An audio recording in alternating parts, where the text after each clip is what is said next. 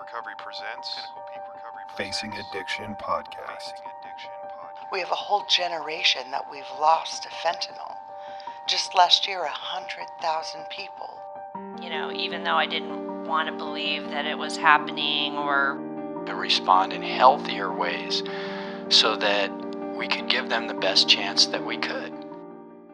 Hey everybody, welcome to the Facing Addiction Podcast. I'm your host, Tyler Tisdale, the founder and CEO of Pinnacle Peak Recovery, and I'm sitting here with a good friend of mine who is within my inner circle of recovery and a former employee of Pinnacle Peak Recovery, Gene Braxton. Welcome to the show. Hey, thank you, Tyler. Thank you for having me, man. I like the inner circle bit.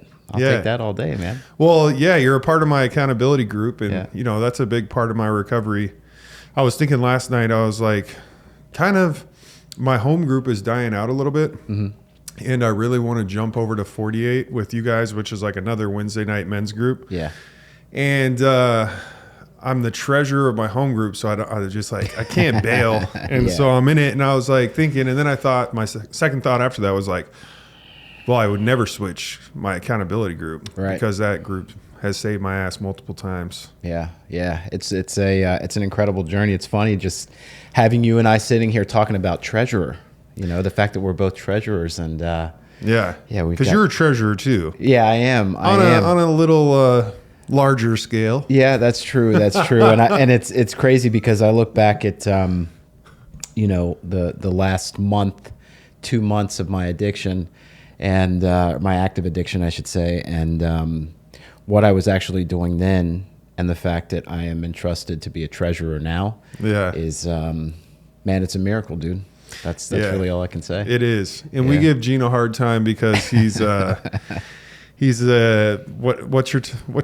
position? The treasurer of world, right? Or Cocaine Anonymous area treasurer. Okay, Cocaine Anonymous area treasurer. So we're always giving him a hard time because it's a higher level of service, which is an awesome thing to do. Yeah. So, so take us back. Like, how'd you wind up in Cocaine Anonymous? So I would say that, you know, without going like all the way back, I guess I'll pick up like once my active addiction was noticeable to me. Man, I got an opportunity to play professional soccer straight out of college. Mm-hmm. And like that was my first introduction to oxys and Vicodin. Had a couple of injuries that were actual injuries, and was prescribed the medication. The difference was I fell in love with it, man. I absolutely fell in love with it. So as far as like what that looked like for me, I'm playing professional ball. I'm having a blast, and the next thing I know, like things are happening like off of the field. Right, that wasn't a good culture fit for the team. So, like, what was happening? Well, man, like rolling into strip clubs with guys that were carrying weapons and discharging weapons in those strip clubs. And they were part of the soccer team? They were part of the soccer team. Dang. Yeah, and like I wasn't in there firing a weapon, anything like that, but you know, the guys that I was rolling with were. Yeah. And I was playing in the East Coast, man. I was playing in Harrisburg, Pennsylvania. And the gentleman that I rolled in with was from Philly. You know? And man, he was a bit of a roughneck, right? And rolled in there with a gun, and that was actually a guy who gave me my first oxy pill. And so dude, I would do shit like that, man, and then get traded, but not necessarily understand like what was behind all of it. You know what I mean? Because they weren't like, hey man, you're getting traded because you're hanging out with the wrong crowd. Yeah. It was more like, hey, this dude's not a good fit. And you know, luckily instead of getting released, I got traded. And you know, for me, it was still cool because I still had the glitz and glamour of being a professional athlete. Yeah. And so I didn't really mind, and you know, bounced around a few cities, had some success, had some failures, but for the most part, like my professional soccer career was successful. So when I transitioned from that into, you know, a sales environment, which was actually the next job description that I took on was in sales. Man, when I got into that, it was, for me, I had already had, I had the image, right? So it was important for me to maintain that image. Yeah. And like you're talking about money and the cloud. Oh yeah. The money, the clout, the cars, I was married at the time when I made this transition, and, dude, I had a $2 million home up in Scottsdale, 3 ridiculous cars, right? An S600, I had the M6, an H3, and an H3. Yeah. Like a Hummer? Yeah. that was the wife's car. So, but yeah, man, I had all of that, and that image was extremely important to me, right? Yeah. And what I didn't realize was as I was coming of age and as I was getting more things, my drug use started to increase, right? So keeping that image, upholding that image, increasing the drug use. Not necessarily falling out, man, but the more I grew as an adult, man, the more medicine I needed to feel okay. Yeah. So, yeah, man, that lasted for 4 or 5 years, and then I just started tearing shit to the ground. The consequences started to come, right? And not only the consequences of using, but also the consequences of just growing up and making money, and the shit that goes with that. Yeah. Made a ton of money. Therefore, I have a pretty nice tax liability. Yeah. But the thinking, because of the drugs, because of the alcohol use, man, because of all of that, came down to, all right, well, I really don't have to pay these taxes. You know what I mean? Which brings on more consequences, which brings on, marital stress. And so when I say tear things down, like that's exactly what I did. It was just build them up, tear them down, build them up, tear them down. And, man, that image absolutely stuck with me, as far as like what I need to look like in order to be okay, And so, yeah, what that led into was a nice criminal history at the end of my run. Here's a dude and myself that grew up in a 2-parent household, right? I didn't grow up in the ghetto. I grew up in the suburbs. I had a great upbringing, went to college. I have a college degree, and here I am. I'd say my last 90 days of active addiction.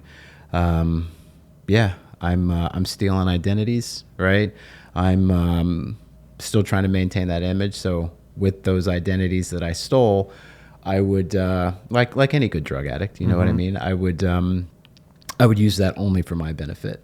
Yeah. So I'm living in high-rise apartments, man, under fictitious names. Got the $80,000 BMW, that I don't even have cash to put gas in. But man, I'm rolling that car hard, and it's actually pretty easy to get gas in a car like that, because all I do is just roll up to the gas station and boop boop. That's my car. Yeah. I'm definitely not living on the streets, but I did leave my wallet at my girlfriend's place up in Peoria. So if you could hook me up with $20 or $30, that would be great. Yeah. We're just so manipulative. Oh yeah. In active addiction. Yeah. So that was. So you're living in apartments under fake names, and just because I know your story, they're finding out that you have like who you really are. Oh yeah. And they're running you out, and then you go to another place, fake names, rolling in the Beamer. Are you using other drugs at this point? No, no, at this point, man, it was still opiates, and I had added Adderall to the mix, right? For whatever reason, man, that's just how I like to get down. I like to find that happy medium, between stimulants and opiates, right? And so that was what I was using when I was doing the whole apartment run and identity theft game. Yeah, but I wasn't I just wasn't a good criminal. You know what I mean? Who is? Yeah, and I think it's pretty rare. Yeah, dude. And I'm taking these So I'm taking these things that I purchased with someone else's credit card, and I'm selling them, and not thinking that at pawn shops, dude, and not thinking that anything is wrong with that, right? I'm like, yeah, well, I bought it, but it was with someone else's credit card. So, yeah, man. Long story short, I like you said, I'm getting run out of these places. They're finding out. The Optima Camel View is gonna talk to Optima Sonoran Village. Is gonna talk to Optima Biltmore. Is gonna talk to Optima Kierland. So pretty soon, man, I'm running out of wiggle room.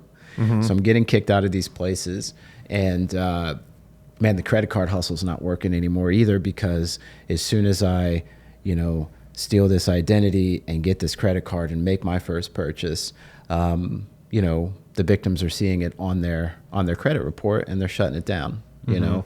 So, and plus the amount of time and energy that it takes to run a hustle like that, it's exhausting. Yeah, especially, might as well just get a job. Exactly, man. But that's never going to happen, right? No. Especially when we're kicking, right? And we need it right now. So it got to the point where it was like, all right, man, I need to sell this shit so that I can get loaded. I need to sell this shit so that I can get right. And yeah, man, took my laptop MacBook Pro down to a pawn shop one day.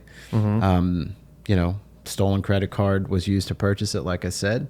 And yeah, I walked in there, man. I had no identification. I had no driver's license. I had no passport. And the reason I had no driver's license and no passport is because I'd lost it. Like, I have no idea where that shit ends up. I just lost it, right? But I walk in there confident as hell, and I'm like, hey, I will give you my tax returns to prove my who I am. And the girl had already run the serial number. She knows it's stolen. She's like, yeah, sure, tax returns will work. We can do that. So I'm like, okay, got it. So that feeling that you get when you're actually about to, you're about to get high, right? Yeah. That feeling is just as comforting as, if not more sometimes, than getting high, right? For real. And so, yeah, man, that feeling consumes me. Next thing I know, man, I'm gone down to get my tax returns. And not only did I get my tax returns, but I also grabbed the box with all of the evidence from all of the stolen credit cards, because all of those bills I had collected and thrown into this box. I drive the stolen car. Why'd you grab that box? Because the box had my tax returns in it. Oh. Which I had told the girl that I was. No, I understand that. So I just I didn't get that piece. Got it. So I grabbed the box and took that with me with the stolen car back to the same pawn shop. And man, I'll never forget it. The girl was like, oh my God, he came back. And I'm thinking she's talking to her manager. Obviously, she was talking to the police, and asked me to have a seat. Yeah. And I didn't think anything of that either. Before you continue, our stories have so much parallel to it. So what I was using at the end was I was IV, Coke, and heroin, and then also Xanax. And so I needed all three, and I wanted to find that happy medium as well. And it was like a balancing act, and it was very expensive to keep up. And like, thank God I'm alive, because the mixture of trying to speedball, it's very sketchy. Like John Belushi, we called it Belushi in the Bay Area because of John Belushi. He died of an overdose from speedballing. But so we're doing that, similar there. And then the credit card stuff, like I got in trouble with that. I was in the bank and they said, have a seat.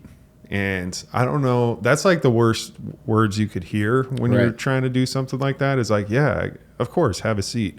Yeah. And I don't know if I was just exhausted or just like not thinking, but yeah, I didn't think of anything of it either. Yeah, man. For me, I think too, like, we know better, right? We know better when we're told to have a seat. It's time to run. It's time to get out of there. But same thing. I don't know if I was more exhausted or if it was more wishful thinking. Like I'm this close to getting what I want, right? Yeah. Which is money, which is money to buy drugs. Yeah. So I'm like this close. So like, yeah, if I got to take a seat, I'll take a seat. Yeah. You know? And so I took a seat, and the next thing I know, G.I. Joe's in there with assault rifles, and yeah. Yeah. So, yeah, man, that was me being out of wiggle room, finally. Mm-hmm. And thank fucking God, bro. 'Cause Yeah. it was getting bad, you know? It was getting really bad. And ended up going to prison.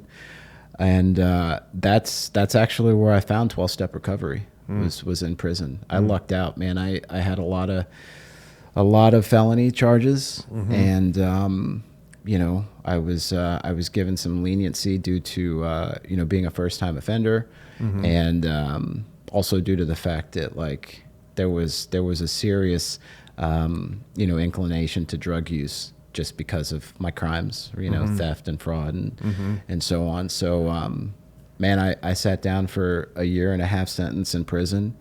Man, if it wasn't for that, I don't know. I can't really call it, dude. I don't know if I would have stopped, because I had no intentions of stopping, Tyler. It was, I loved getting high, you know? No, for sure.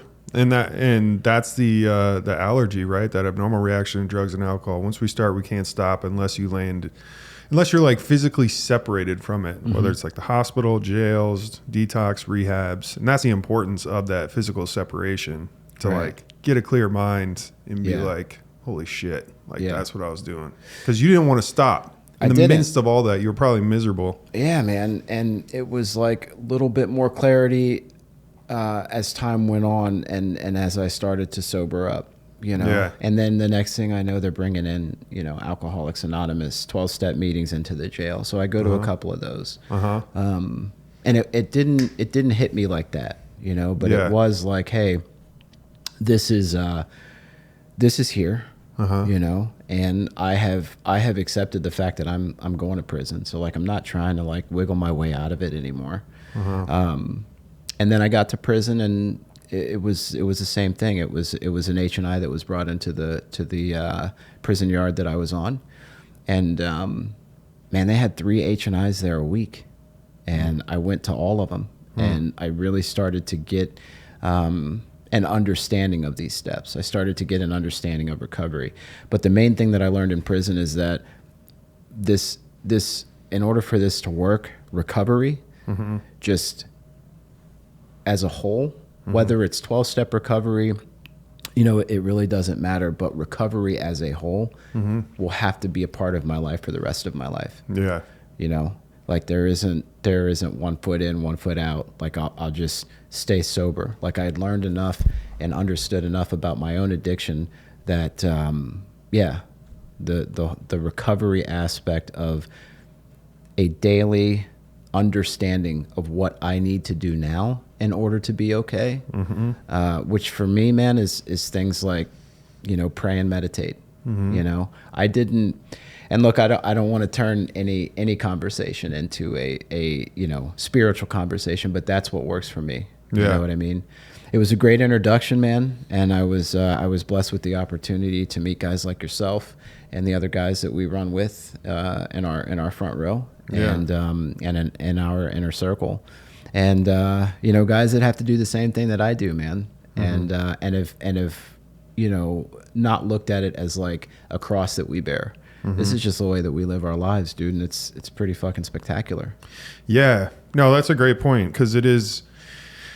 I mean, you hit on a couple things, but it's a daily reprieve contingent on our spiritual condition. And so it's like a continual thing. And a reprieve is like when back in the day when they were about to execute someone with the guillotine.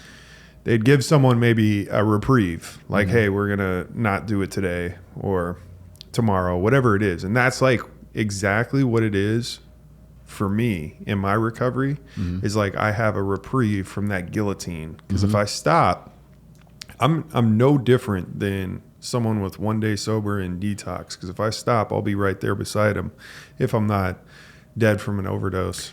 Yeah, and you know, it's man, that what you just hit on for me was like, I heard that too. Like you hear these things when you first get into sobriety, and like one of the things that I heard was like, man, if you don't do this, you're gonna die. I'm personally not that intense with my recovery. Yeah. And I'm more along the lines of like, I can't call it, dude. Like, I'm not here to tell you you're going to die if you stop doing this, or you're going to this, or you're going to that. This is what I do know. If I go too long, right, without the disciplines that I practice every day, I don't know what's going to take me out. I don't know how long it's going to take, right? I don't know when that day is going to come where I need relief so bad and so instantaneously that I pick up again.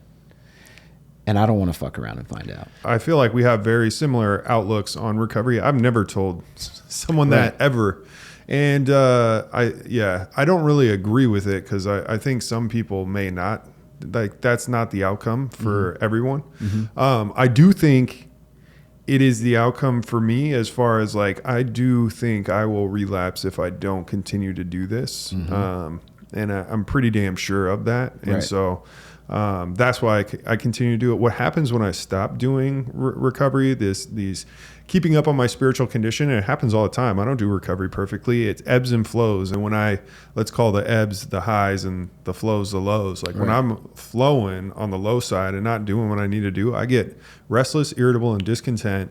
And I'm selfish, self-centered, thinking about myself, thinking about all these problems I have that are just complete luxury problems. Like, they're problems in areas that I didn't have areas before. And then if I continued on that flow, that low, it's like I'm bound to get loaded. Just a quick commercial break. If you guys could hit the like and subscribe button, it would help our channel out a lot. Also, hit the bell icon so you can stay up to date with notifications when we post new content. Appreciate you guys watching the show. Sidebar, you can find highlights of this episode on our TikTok or Instagram. Just search Pinnacle Peak Recovery. Appreciate you. Back to the episode. Like I said, we don't know how long that's going to take. Yeah. We don't know like what the straw that breaks the camel's back is going to be. And yeah, man, like it's the same with me. If like I've done this for so long, as far as my daily disciplines, as far as like practicing recovery, I've done it, and it's so ingrained that I start to notice when the irritability and the discontent, starts to get on me. And what I've learned, I think one of the greatest things that I've learned, man, is what's going on up here. Man, if I'm not careful, my mind will fucking attack me, like jump out of bushes and shit and fuck me up. What does it do? It'll tell me, it'll tell me that this is the way that I need to think, or this is the way that I need to behave. So for me, like, people see a side of me that is usually calm, collected, right? Laid back. But bro, like when I wake up, it's fuck you, fuck her, fuck him, fuck this place. I'm not doing this shit. Or I'm going to do this shit this way or that way, right? And I thought I was unique in that. I thought I was the only type of person that woke up like that, with that low-level anxiety. And so what I mean by my mind attacks me is I don't want to fucking wake up in the morning and feel that way. Yeah. But I do, and thank God I have tools to remove that quickly. The tool used to be getting out of my head, because I'm going to go get high, right? That's how I get out of my head. That's how I stop that. That's how I make that feel better. But when I say my mind has a tendency to attack me, is I don't have the ability to just turn that off, tell it to stop, or before I go to bed the night before, say, hey, mind, like, let me wake up happy tomorrow, And the interesting thing is, and the ironic thing is the more I practice this, the more I am just happy without having to ask for it or having to like try to be happy, right? I have a mind that, that oftentimes isn't awesome, but I have tools in recovery to have that be okay. So I'm able to just watch myself and observe it and just understand what my mind is doing, as opposed to like going down that rabbit hole. And I think like that's also just a mental health byproduct of the shit that I did to myself, you know, in active addiction, you know? Yeah, no, definitely. I mean, whatever it is very common within alcoholics and drug addicts. But I think it happens, you know, I would love to take a worldwide poll and see how common it really is across the greater whole of the population. But my mind I don't wake up like that, but here's how my mind tries to fuck me. Is it makes up a lot of stories about a lot of false narratives about a lot of different people.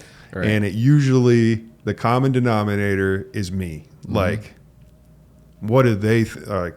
Oh, he's trying to do this to me, or she's probably talking shit, or you know, he doesn't like me, and da da da da da. Yeah, dude. And it's like false. Like, I'll run it by my sponsor or talk to you guys about it, and it's just like, but tripping. It feels so real.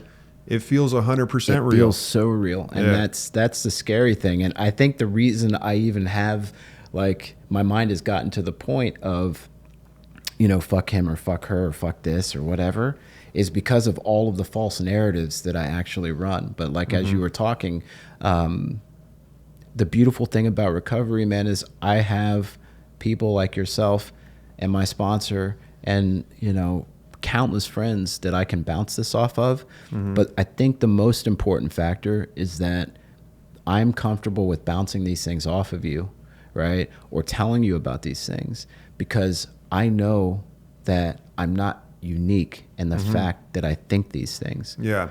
And I think that's what a lot of newcomers don't understand about the importance of recovery and why that's such an important factor. Because look, man, I'm not going to go and like necessarily, like, I'm 44 years old, man. I'm not calling mom and being like, hey, mom, I have these thoughts in the morning. And this is, you know, or going to anyone outside of recovery, just because I have a fear that they're going to be like, well, what the fuck's wrong with you? You know what I mean? But I tell you some shit like that, or people that are, you know, people that are in recovery, I tell them some shit like that. And they're like, oh yeah, me too. Yeah. You know what I mean? Here's a different perspective. And that is, I think, the most beautiful aspect of recovery. Yeah. It's not being alone. For sure. Yeah. Brene Brown talks about vulnerability, and a friend of both of ours in our accountability group, like shot it over to me on YouTube. I watched it a couple of years ago, but it's about like human connection, and the power of vulnerability promotes human connection. Yeah. And it takes a lot of courage to be like, hey, I think this about myself, or I did this, or I'm thinking about doing this. And they're all like, you know, things that you may feel shame around. Right. Like coming out and saying that, and then the other person saying like, yeah, I think that too. Right. It's like just creates that bond that is really unmatched to anything else. Like we both like football. We like watching football. It's like you form a bond around that. Yeah. But if we both have tried to commit suicide and have low self-esteem, and like we're sharing this together, it creates like an even tighter bond. And then you really like come out the other side. And then the most important thing with all this is like we're able to help others that are struggling with that in early recovery. Right. And not just help them from a standpoint of like, hey, here's an idea or a theoretical, you know, solution for you. We're able to help because we like it's help based on experience, right? Yeah. And I think that's a huge thing, right? Oh, it's huge. Yeah. I don't want anybody telling me what to do. Yeah. I really don't. Like I don't want to hear it. And I've told people this. If they're trying to tell me something that they don't have personal experience with, I don't want to hear it. Right. Like I want to run things by people that I'm struggling with that have practical experience. And if they don't have it, this is what I do with guys who call me. If I don't have it, it's like, let me find out someone who has that experience. Yep. Yeah. And you put them in direct communication with them. Yeah. Right. And I'm the same way, man. I don't, first of all, I'm a hard person to even take direction. You know? That's me too. I don't want to be told what to do. Yeah, bro. So that's one of the things that I've learned here is, you know, hey, if you struggle with taking direction, right? If you have a big ego, whatever the case may be, that's fine. But yeah, that's when you seek out someone who like experientially has, the answers that you're looking for. Yeah. And then that way, like, I don't mind taking direction from someone who's actually experienced, what I'm going through or gotten out on the other side or this or that. So I think it softens the direction taking. You know what I mean? It softens that whole idea. But soon I think we get to a point, man, where we lean into it. I think the first couple of times it can be kind of scary when you're asking for help, when you're asking for direction, especially when you're newly sober. But like anything, man, I think we ease our way into it through practice, through doing it over and over again. Yeah, no, definitely. Yeah. And I just thought of another thing that me and you have similarities on. Both of our parents got sober after we got sober. Yeah. My mom's in recovery now. Yeah. Your dad's in recovery now. Yeah. Have you been to a meeting with your dad? I have, man. Yeah. And it's a crazy story. My dad, I went and spent Christmas. It was Christmas 2022 with my dad, right? And it was a week before Christmas. Went up to Detroit, spent some time with him.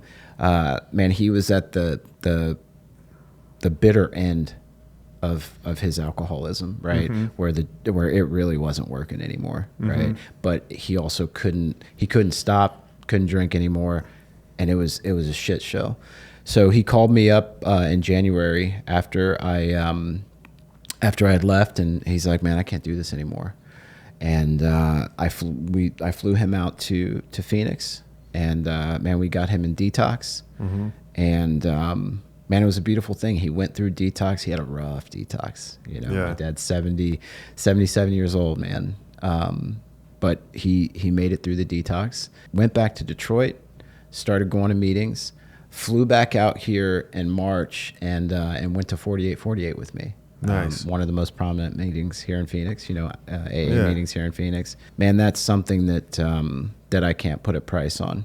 I wasn't out here being a zealot. You know what I mean? Like, hey, come follow me. I'm in recovery now. I was out being a walking billboard for recovery just because I was being myself. Yeah. Right? Just because I was showing up for my dad. Because I knew, no one else was going to go visit him for Christmas. And I think it's man, that's obviously a testament to recovery, but I think far and beyond the gifts that I've been given back in recovery, that's something that's extremely important to me. To have a relationship with my dad on that level, especially at his age, it's a big deal, man.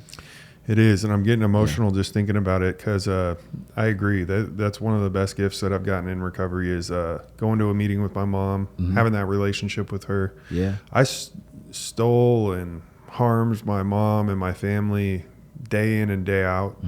Sleepless nights, and just so much worry I can't imagine. And now, like talking recovery, hearing what H&I she's doing, which stands for hospitals and institutions, where you take meetings into carry the message of recovery to other people, and hearing the committee she's on, she's like a go-getter, so she's like all involved, and it's just like, man, it's so cool. Yeah, man, it is really cool. And not just my dad, right? My mom too, having that relationship back. Yeah, having that relationship back, man. I like you, man. My mom is a testament to a stoic mother. Let's just put it that way. The amount of shit that I put her through. But to hear her say, "Hey, all I care about is the fact that I don't have to press one, every time you call." From someone that I stole from, manipulated, lied to. My mom's in Alaska right now, dude. She's visiting or living with my sister up in Alaska for the summer. Decided to move out here to Arizona, and man, like sends me her keys to her apartment so I can go check on her apartment. Like that never happens. Yeah, that's trust. Yeah, dude, and that never happens if I'm still getting loaded. But yeah, those things can be gotten back, man. And that's a beautiful thing about this deal. It is, and it takes time. Like you could lose, the old adage is you lose the trust in a millisecond by an action, and it takes months, years, decades, whatever it takes to build back. Yeah. But through this process, and checking in with your parents, checking in with your family, and you call like, how are you doing? And not asking them for anything. Right. You consistently do that over time, and that trust comes back. Right. And I learned all that in recovery too. Oh, me too. Because I wanted to get that trust back like that. Yeah. Because when I'm newly sober, like I have some hope now, and it's like, not only do I have hope, well, you know what, I can feel again. And I truly do. I want to make right the things that I've done to these people. And I want to show them, and I want them back in my lives. And a lot of times it doesn't happen like that. In fact, most times it doesn't happen like that. But what I learned and what, people in recovery taught me is, hey man, just be patient and maybe try this, right? Instead of, like you said, instead of calling, asking for something or telling your family how much better you are, telling this, so-and-so how much better you are, just call and be less interesting and try to be more interested. Yeah. Right. And I did that on a consistent basis. And it was those types of actions that showed, my mom, my sister, who I had lost trust with, it showed them that I was a different person. Right. It wasn't like it wasn't me telling them that I was a different person. And so, I think that's the beautiful thing about the changes that are made here in recovery. Yeah, I love that. You heard it here first. Be less interesting, be more interested. Yeah, I love works. that. Yeah. Cool, man. Well, appreciate having you on. We'll have to do it again. Absolutely, Thanks, Gene. man. I look forward to it. Thanks, Tyler.